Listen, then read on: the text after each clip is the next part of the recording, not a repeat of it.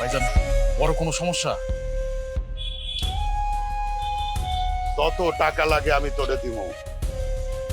আমার হয় একটা কাজ করতে হবে তো। ভাইজান আপনি টাকার কথা কেন কইতেছেন? খালি অর্ডার করেন যে কি করতে হইব বলেন। রাকিবকে কিডন্যাপ করতে হবে।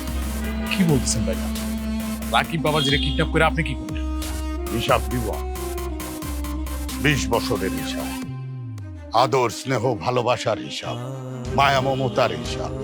কেন সে আমারে, তার মায়ের মতো মামিরে, তার আদরের ছোট বোন রে এভাবে অপমান করলো? কেন সে ভুইলা গেল আমার নীতি আদর্শের কথা? কেন সে এমন একটা বাজে মায়ারে বিয়ে করলো? যতক্ষণ না পর্যন্ত হিসাব মিলাতে পারবো ততক্ষণ পর্যন্ত আমার এই বুকের ভেতরে আগুন দাও দাও দাও দাও করে চলতে থাকবে। আজকে রাতের মধ্যেই অরে ধইরা আনবি। যা ভাইজান ধরেন আজকে রাতের মধ্যেই রাকিব বাবাজি কিডন্যাপ হয়ে যাবে, আপনি নিচে চলেন, ফ্রেশ হয়ে রেস্ট নিবেন, আসেন। যতক্ষণ না পর্যন্ত আমি রাকিবের মুখোমুখি বসতে না পারবো ততক্ষণ আমার জীবনে কোনো রেস্ট নাই। তোরে যা কইছে ওইটা কর, যা।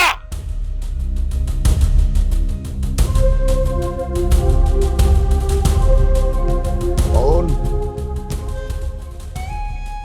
আমি তোরে যা কমু সেই কথাটা তোর সাথে দেখা কইরাও কইতে পারতাম, কিন্তু সেভাবে করলে তুই আমার কথা বিশ্বাস নাও করতে পারতি।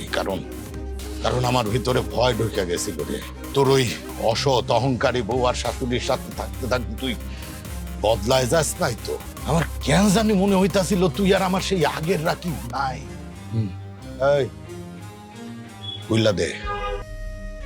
আমি আমি বদলায় যাই নাই মামা। আমি আপনার সে আগের রাকিবই আছি। তাহলে কেন তুই এই অসভ্য বাজে মেয়েটারে বিয়ে করছস? কেন তুই এই অসৎ লোভী শাশুড়ির সাথে বসবাস করস? বিশ্বাস করেন বাবা, আমি আগে বুঝতে পারি নাই ওরা যে এমন। যদি বুঝতে পারতাম আমি তাহলে কোনোদিন লিটারে বিয়ে করতাম না। তাহলে তুই কইতাছস তুই এই বিয়ে করিয়া ভুল করছস? জি মামা, আমি ভুল করছি। তাহলে আমি যা কমু সেটা শুনবি তুই? জি, আপনি যা বলবেন আমি তাই করব। আপনাদের স্ট্রোব আমি বিফলে যাইতে দেব না মামা। আমি নষ্ট হব না।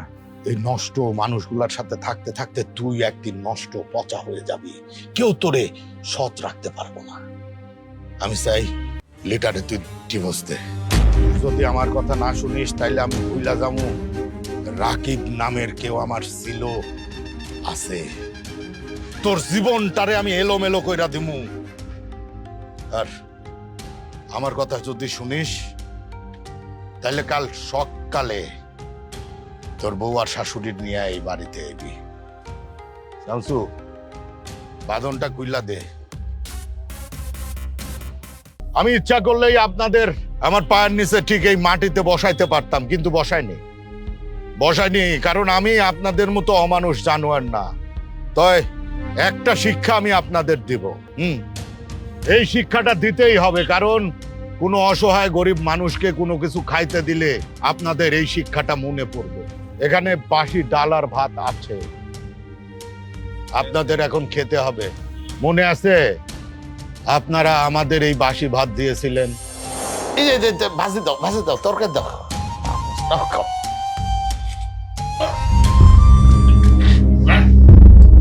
একটু তো বাসি খাওয়ার মনে হইতাছে। মনে হয় 2 দিনের পচা। তুমি দেখো তো একটু। তাই তো বৌমা, এটা কি করলা তোমরা? এই বাসি পচা খাবার আমাদের খাইতে দিলা?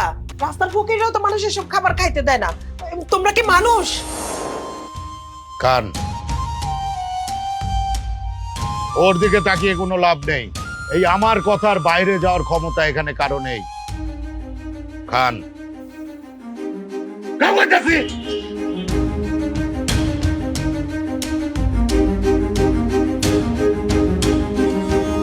কি ভাবছিলেন সুলতান শাহ আপনার ঘরে বাসি খাবার খাইতে দিচ্ছে?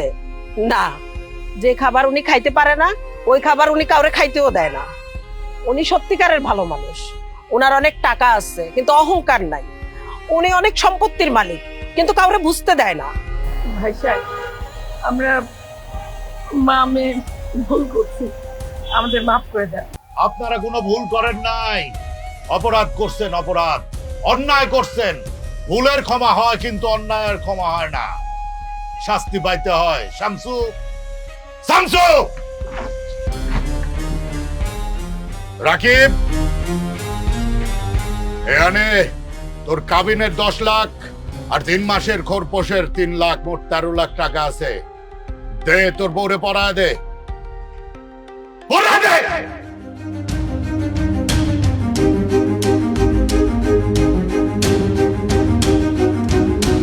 এই যে তালাকনামা, এখানে স্বাক্ষর দিয়া সোজা তোমার মারে নিয়ে বের হয়ে যাও। আম্মু, এই টাকা আমার না, এই টাকা তোমার দরকার ছিল। ওনারা গরিব মানুষ, তোমার মেয়ে জামাইয়ের টাকা নষ্ট করতে এসেছিল। আর দেখো দেখো তুমি, তোমার মেয়ে জামাইয়ের টাকা নষ্ট না করে দিয়ে গেল।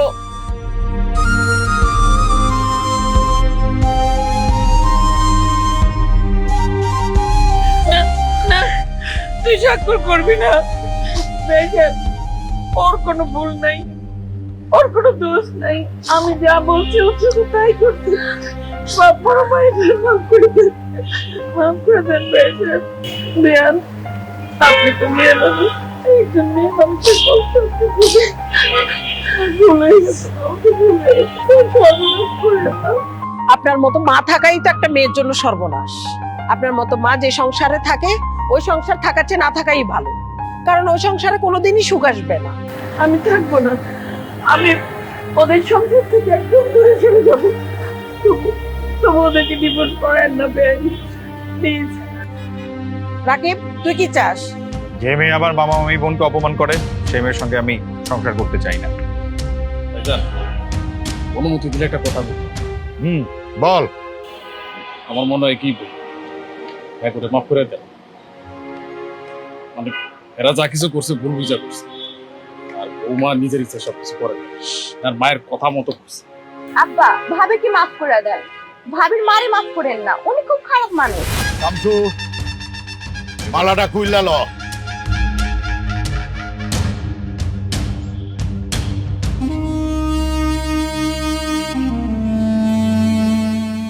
কারায় থাকলেন কেন? যান, আমার মাইয়া কি কইছে শুনেন নাই? হ্যাঁ, ভাবি মায়না লইছে, কিন্তু মাও মায়না লয় নাই। আরে কথা শুনেন না শামসু। ভাইজান, আপনি চাপ নিয়েন না, এই বাঘা শামসু তারে বুঝাই দিতেছে। আপনি আসেন আমার লগে, আসেন।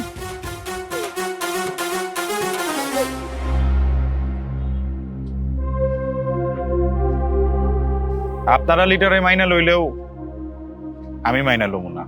তুই কি তোর মামা জানের কথার অবাধ্য হবি নাকি? এই একটা জায়গায় আমি হমু আম্মা জান। পরে আপনি আপনার কাছে গ্রামে নিয়ে যা রাখবেন, আদব কায়দা শিখাইবেন। যেদিন আপনি মনে করবেন ও আমার বউ হওয়ার যোগ্যতা অর্জন করছে, সেই দিনই ওরে আমি ঘরে তুলব, তার আগে না। সাবাস, এই তো আমার রক্ত। বৌমা, একটা কথা মনে রাখো, একটা ভালো মানুষ, একটা ভালো সন্তান জন্ম দিতে হলে, বড় করতে হলে মাকে সবচেয়ে প্রথম ভালো হইতে হয়। আর একটা ভালো মা, ভালো সন্তান তৈরির বিশ্ববিদ্যালয়, কথাটা মনে রাখো। হ্যাঁ, শুধু মা ভালো হইলে হয় না, বাপকেও আদর্শবান হইতে হয়।